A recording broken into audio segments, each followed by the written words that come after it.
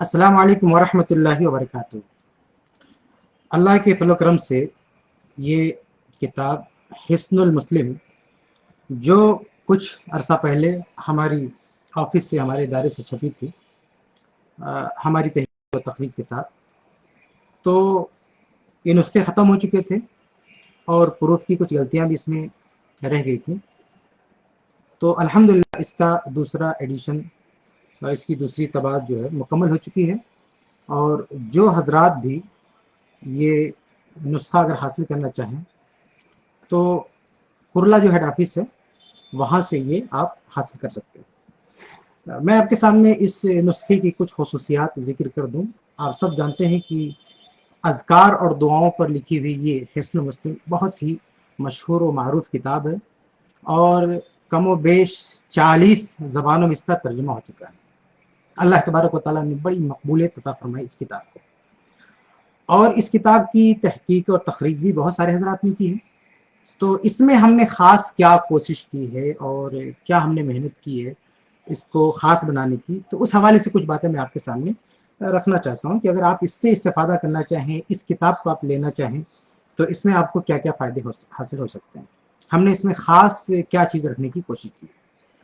तो देखें, सबसे पहली बात ये कि इस किताब में जितनी भी रिवायात हैं उन तमाम रिवायात के साथ शेख अलबानी रहमहुल्लाह का जो हुक्म है वो भी हमने बयान करने की कोशिश की है, और ये ख़ास बात है इस किताब की। इससे पहले जो किताबें हैं, जो इस किताब की जो तहकीक और तखरीज कुछ लोगों ने की है, उन्होंने भी कोशिश की है कि शेख अलबानी रहमहुल्लाह का हुक्म बयान फरमाया है कई अहादीस के साथ, लेकिन तमाम अहादीस के साथ उन्होंने इसका एहतमाम किया हो ऐसा नहीं। लेकिन ये जो हमारा नुस्खा है इसमें हमने सारी रिवायात, चाहे वो मरफू हो चाहे वो मौकूफ़ हो, सबके साथ हमने कोशिश की है कि शेख अलबानी रहमतुल्लाह का हुक्म भी बयान कर दिया जाए। हुक्म, तहकीम नहीं। ये अली मिर्ज़ा बार बार कहता रहता ना कि तहकीम तहकीम, शेख अलबानी की तहकीम, फला की तहकीम, फला। ये तहकीम क्या भला भाई? ये तहकीम क्या चीज़ है? हदीस पे हुक्म लगाना उसको तहकीम बोलते हैं? ये तहकीम नहीं, शेख अलबानी रहमतुल्लाह का हुक्म है, इसको आप तहकीक किए कह दीजिए, तखरीज कहिए, लेकिन तहकीम यानी किसी मुहद्दिस ने या किसी मुहक्किक ने अगर हदीस पे हुक्म लगाया तो उसको आप कहते हैं तहकीम है, तहकीम अलबानी। ये पता नहीं कौन सी बला है जो अली मिर्जा ने मशहूर करके रखा है, सब लोग जो उसको लेकर होते हैं तहकीम। तो तहकीम नहीं, हुक्म। तो शेख अलबानी रहमतुल्लाह का जो हुक्म है इस किताब में जो मौजूद रवायात है उन पर, वो हमने इसमें इकट्ठा कर दिया। तो ये खास बात है इसकी। शेख अलबानी रहमतुल्लाह ने इस किताब की तखरीज नहीं की है, तहकीक नहीं की, लेकिन उनकी किताबों में हुक्म मौजूद है, वो हमने सब लाके इकट्ठा कर दिया। तो ये नुस्खा लेने का मतलब ये हुआ कि आप मालूम कर सकते हैं कि शेख अलबानी रहमतुल्लाह ने इस किताब में मौजूद रवायात से मुतल्लिक किसी रवायत के बारे में क्या कहा है। ये एक खास बात है। दूसरी बात है कि शेख अलबानी रहमतुल्लाह का जो हुक्म हमने जिक्र किया है इस किताब में, तो उस हुक्म के लिए शेख अलबानी रहमतुल्लाह की उस किताब का हवाला दिया है जहां शेख अलबानी रहमतुल्लाह ने सनद पर तफसीली कलाम किया है। जैसे सिलसिला सहीहा है, सिलसिला ज़ईफ़ा है, सही या ज़ईफ़ सुनन है, या मिशकात की तहकीक सानी है।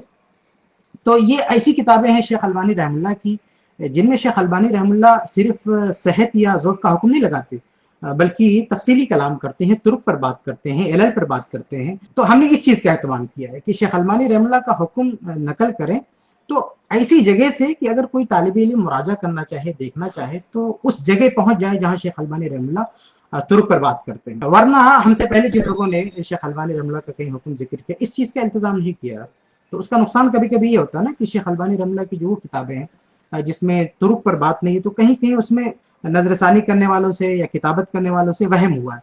जैसे मैं आपको मिसाल दूं, सुनन नसई एक किताब है हदीस की, कुतुब सित्ता में, तो उसमें तलाक से मुतल्लिक एक रवायत है जिसको तलाक हसन के बारे में पेश किया जाता है। तो रिवायत असल में शेख अलबानी रहमतुल्लाह ने ज़ईफ़ कहा है, लेकिन आप सुनन नसई का जो सही का हिस्सा है शेख अलबानी रहमतुल्लाह की जो किताब है उसमें आप देखेंगे तो सही लिखा हुआ है, सही, और हवाला दिया हुआ इरवा का। लेकिन इरवा में जाके आप देखेंगे तो वहां उस हदीस को शेख अलबानी रहमतुल्लाह ने ज़ईफ़ करार दिया है।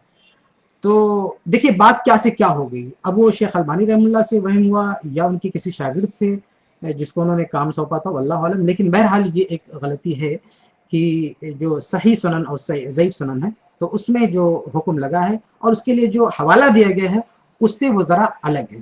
तो इसलिए हमने इस किताब में ऐसा नहीं किया है कि ऐसी जगह से हवाला दे दें, शेख अलबानी रहमतुल्लाह की तसीह या तज़ीक़ का हवाला दे दें जहां शेख अलबानी रहमतुल्लाह की असल बहस नहीं हुई। یہ دوسری خاص بات ہے۔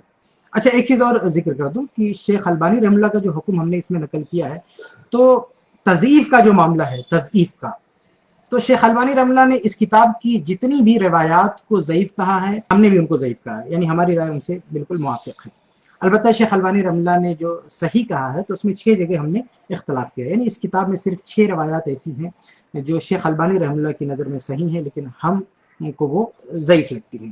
تو اگر کوئی مراجعہ کرنا چاہے، موازنہ کرنا چاہے، کوئی طالب علم تو جا کے دیکھ سکتا ہے، ہماری معلومات بھی دے سکتا ہے اور شیخ البانی رحمہ اللہ کی تحقیق بھی دے سکتا ہے، پھر اس میں وہ مقارنہ موازنہ کر کے وہ ترجیح دے سکتا ہے شیخ البانی کی بات کو یا ہماری بات کو۔